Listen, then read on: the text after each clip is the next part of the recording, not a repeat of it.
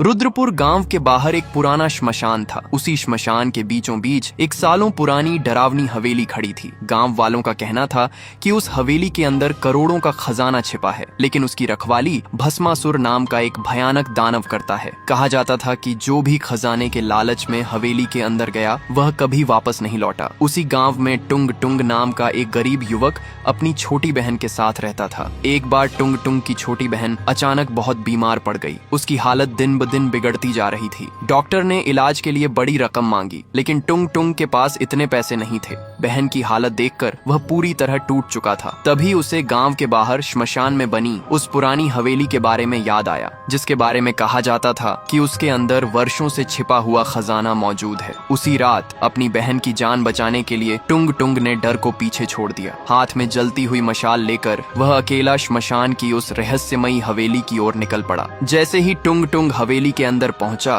तो उसकी नजर सामने पड़े एक विशाल लकड़ी के दरवाजे पर पड़ी। उसने जैसे ही दरवाजा खोला, उसकी आंखें खुली की खुली रह गईं। सामने एक विशाल कमरा था जो सोने के सिक्कों, हीरों और बेशकीमती जवाहरात से भरा हुआ था। टुंग टुंग खुशी से झूम उठा और जल्दी जल्दी सोना अपनी बोरी में भरने लगा। लेकिन तभी अचानक पूरे कमरे की दीवारों पर अजीबोगरीब काले निशान चमकने लगे। हवेली जोर जोर से कांपने लगी। उसकी मशाल अचानक बुझ गई। चारों तरफ सफेद धुआं फैल गया और उसी धुएं के बीच से एक विशाल दानव प्रकट हुआ। उसकी लाल आंखें अंगारों की तरह जल रही थीं। दानव जोर से हंसा और बोला, 500 साल बाद किसी इंसान ने मुझे आजाद किया है। टुंग टुंग डर कर भागने लगा, लेकिन तभी उसके पैर जमीन से चिपक गए। दानव ने अपना हाथ उठाया और सफेद धुआं टुंग टुंग के शरीर में समाने लगा। उसकी आंखें लाल हो गईं, उसकी त्वचा काली पड़ गई और उसके हाथ विशाल पंजों में बदल गए। कुछ ही सेकंड में टुंग टुंग खुद एक भयानक भस्मासुर बन चुका था। पुराना दानव हंसते हुए बोला, अब इस खजाने की रक्षा तुम करोगे। इतना कहकर वह काले धुएं में गायब हो गया। उस रात हवेली के अंदर से फिर वही डरावनी आवाज गूंजी, खजाना चाहिए, हवेली के अंदर आ जाओ। गांव वालों ने दूर से हवेली की खिड़की की तरफ देखा। अंधेरे में 2 लाल आंखें चमक रही थीं